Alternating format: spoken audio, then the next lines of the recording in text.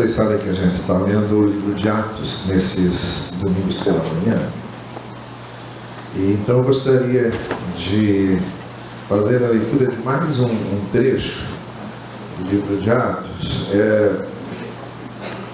no seu capítulo 13, para nós apenas pensarmos um pouco aqui antes da reflexão, antes da celebração da ceia, temos esse momento de reflexão. Vocês se lembram que da última vez que nós falamos no livro de Atos, nós nos referimos ao capítulo 10, quando Pedro foi levado para dentro da casa de Cornélio, um oficial romano, para anunciar o evangelho a ele, e de que maneira os horizontes estavam se abrindo para a igreja, para além de Jerusalém, para além das muralhas culturais de Jerusalém, e empurrando o evangelho para outras culturas completamente diferentes. E como a participação de Paulo foi importantíssima nisso, né? A partir do capítulo 10, você tem, na verdade, dois tipos de cristianismo em Atos. Você tem um cristianismo mais ligado à tradição judaica, que são chamados os cristãos judaizantes, e que são simbolizados por Pedro, e você tem um cristianismo mais gentílico, mais aberto para as culturas dos gentios e para levar o evangelho aos gentios, que é o cristianismo simbolizado por Paulo. E a partir da conversão de Paulo, então, o autor Lucas vai dar uma atenção muito especial para como Paulo, com seus movimentos missionários, expandiu o evangelho entre os gentios.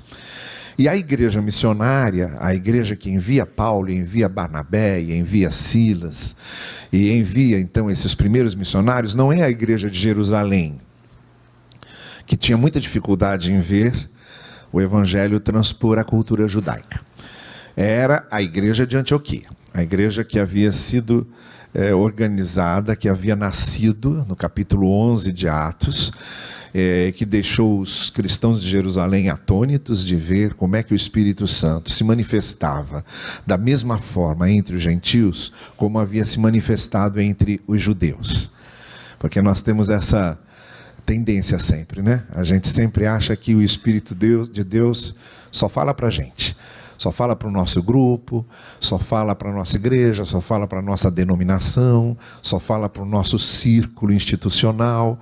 E aí a gente vai descobrindo que o Espírito de Deus não se retém a essas muralhas, não se segura nesses muros, e vai como o vento, disse Jesus, como o vento vai soprando onde quer. Eles tiveram que aprender isso.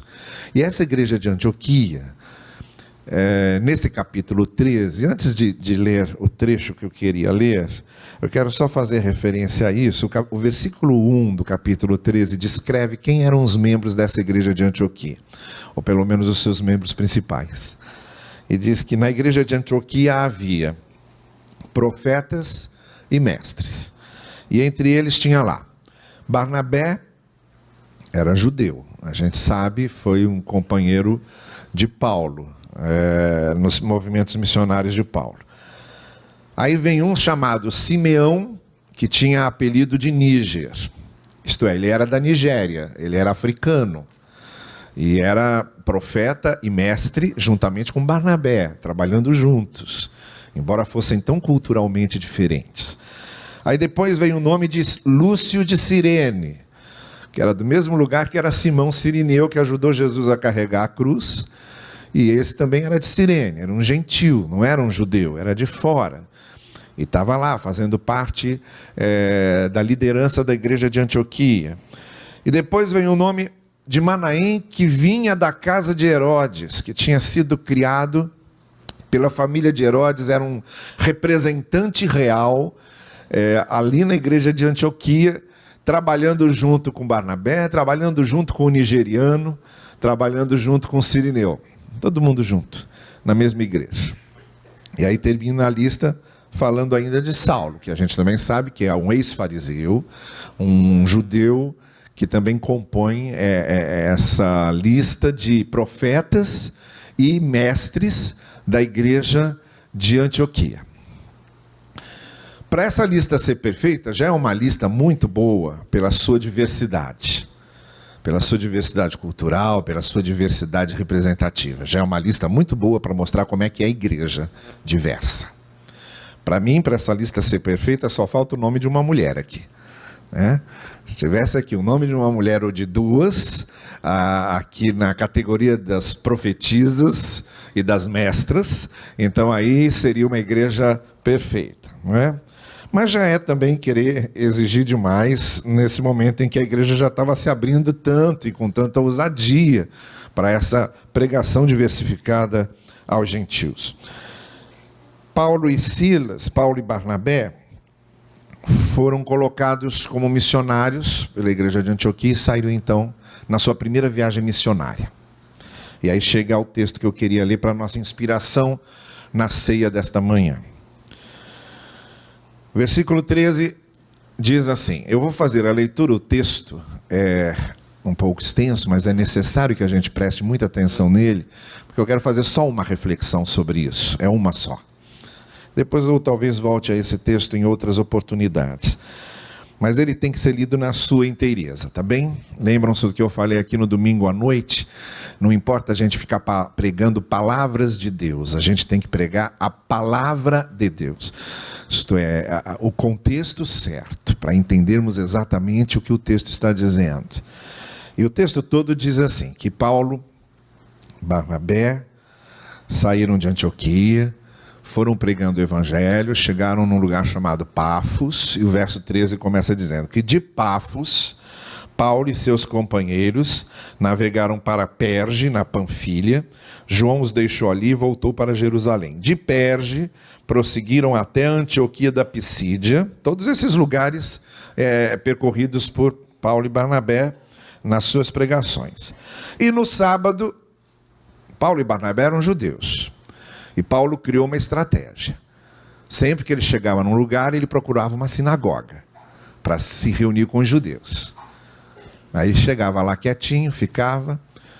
E muitas sinagogas tinham o seguinte costume. Quando tinha um judeu visitante, que se credenciava como um mestre, e Paulo era um mestre, tinha aprendido ali aos pés de Gamaliel, que era um outro mestre muito famoso, e Paulo era um fariseu respeitadíssimo.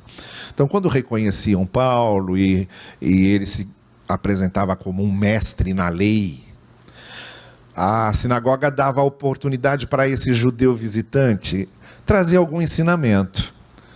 E aí é que Paulo aproveitava. Vejam como é que ele fazia. Então, no sábado, ele e Barnabé entraram na sinagoga e se assentaram. Depois da leitura da lei e dos profetas, os chefes da sinagoga lhes mandaram dizer: irmãos, se vocês têm uma mensagem de encorajamento para o povo, falem. Foi nessa exata situação que Jesus também falou na sinagoga de Cafarnaum, capítulo 4 de Lucas. Jesus se sentou na sinagoga de Cafarnaum, houve um momento em que deram oportunidade para ele falar, ele que desde os 12 anos discutia com mestres, debatia com mestres, então era bem reconhecida o seu conhecimento sobre as Escrituras, e aí Jesus levanta, lê Isaías 61 e diz, olha, isso que está aqui em Isaías 61 se refere a mim. E aí ele saiu perseguido de lá, queriam bater nele e houve essa reação. Paulo também, em algumas sinagogas, ele saiu de lá escorraçado. Às vezes dá a impressão até que Paulo era meio masoquista. Chegava, a primeira coisa que procurava era uma sinagoga. Opa, vamos apanhar nessa aqui agora. Em vários. Ele saiu quase apanhando. Nessa não. Essa aqui, até que a aceitação foi boa. Diz assim que ele fez um sinal com a mão, pedindo silêncio a todos, e aí se ficou em pé, e aí ele começou. Israelitas e gentios que temem a Deus, havia ali, pode perdoar os pecados. Cuidem para que não lhes aconteça o que disseram os profetas. Olhem, escarnecedores, admirem-se e pereçam, pois nos dias de vocês farei algo que vocês jamais creriam se alguém lhes contasse. Quando Paulo e Barnabé estavam saindo da sinagoga, o povo os convidou a falar mais a respeito dessas coisas no sábado seguinte, quando a sinagoga ia se reunir de novo. Continua essa mensagem no sábado seguinte, no próximo sábado. Despedida a congregação, muitos dos judeus e estrangeiros piedosos convertidos ao judaísmo seguiram Paulo e Barnabé. Estes conversaram com eles, recomendando-lhes que continuassem na graça de Deus. O que eu queria falar para vocês é o seguinte: nós estamos hoje celebrando aqui a ceia, e a ceia está profundamente ligada a tudo isso que Paulo falou. Está ligada a Jesus, está ligada à morte de Jesus, está ligada à ressurreição de Cristo, está ligada à mensagem do Evangelho de perdão dos pecados. Está tudo aqui. Quando a gente come juntos desse pão e quando nós bebemos juntos desse cálice, nós estamos anunciando isso. Que aquele que estava prometido veio, morreu por nós, ressuscitou e por ele nós temos perdão dos pecados. Essa é a essência da mensagem do Evangelho que Paulo está pregando. Então, quando você pegar seu pão e quando você tomar do seu cálice, lembre-se que aquilo tem um significado enorme à luz de tudo isso que compõe a essência do Evangelho que pregamos. Mas há uma segunda coisa que eu gostaria que nós atentássemos. Que esse compartilhar do que Cristo fez, esse dividir com os outros, esse mostrar aos outros que há um sentido na fé. Aquilo que nós cremos, que é o que Paulo fez naquela sinagoga. De uma maneira cuidadosa, de uma maneira profunda, de uma maneira bíblica, porque ele cita os livros sagrados do judaísmo, de uma maneira direta, mas principalmente de uma maneira experimental, porque ele havia passado por essa experiência. Então vejam que quando a gente fala precisamos evangelizar, precisamos testemunhar, não é uma coisa de simplesmente jogar uma meia dúzia de palavras. É algo de levar as pessoas a compreenderem. O que Paulo fez naquela manhã foi levar as pessoas a compreenderem, a entenderem. Nos atendo à essência. Qual era a essência? Cristo veio, morreu, ressuscitou e por causa disso nós temos a redenção. Essa é a essência. O resto, tudo, é totalmente dispensável. As discussões sobre diferenças religiosas, as discussões sobre eclesiologias diferentes, as discussões entre diferenças entre denominações, isso é tudo de segundo plano. O testemunho do Evangelho, na sua essência, é este: Cristo veio, Cristo morreu, foi ressuscitado e opera a nossa redenção. É isso que importa ser compartilhado. Essa é a essência que deve ser transmitida, sem que nós nos deixemos distrair por outras preocupações. É isso. Falar do Evangelho é isso. Falar do Evangelho é essencialmente isso. E é o que nós somos convidados a fazer. Não é preciso ter um curso de teologia para falar do Evangelho. Não é preciso saber a Bíblia inteira de cor para falar do Evangelho. Não é preciso partir para discussões doutrinárias e teológicas para falar do Evangelho. Para falar do Evangelho basta dizer que nós temos redenção naquele que veio nos redimir e que a nossa confiança está nisso. Aqui Paulo ainda foi bem sucedido. O pessoal veio e falou: continua domingo que vem, domingo que vem não, sábado que vem. Continua sábado que vem, a gente quer ouvir isso aqui na próximo culto nosso aqui da sinagoga. E você aproveita, vamos ter aqui o coral Arthur Judaico cantando antes e depois da mensagem, o pessoal do louvor vai cantar uns salmos, e depois você fala disso que você começou a falar. Foi bem sucedido. Das outras vezes, há outras vezes muito, muito tristes para Paulo, em que ele tem que sair rápido para não apanhar. Mas a gente aprende outra coisa também. O meu objetivo e o seu objetivo não é converter ninguém.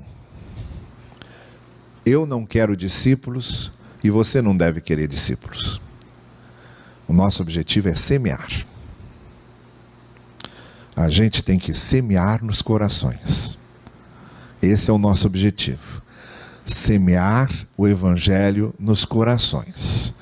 O resto, quem faz é o Espírito Santo de Deus. Por isso que a conversa do apóstolo Paulo termina com ele dizendo que a graça de Deus continue a conduzir vocês.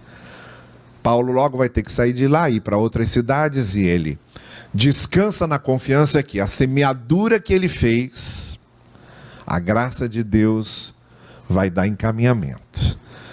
Então, não se estresse por aquilo que você não precisa se estressar. Você não é obrigado a converter ninguém. Você não é chamado a convencer ninguém. Você não é chamado a botar coleira da fé em ninguém. Você é chamado para semear. Testemunhe e semeie. Testemunhe e semeie. Deixe o Espírito de Deus fazer a parte dele. E depois, alegre-se com a colheita que o Senhor vai lhe dar. Que o Senhor assim nos abençoe e nos inspire. Amém.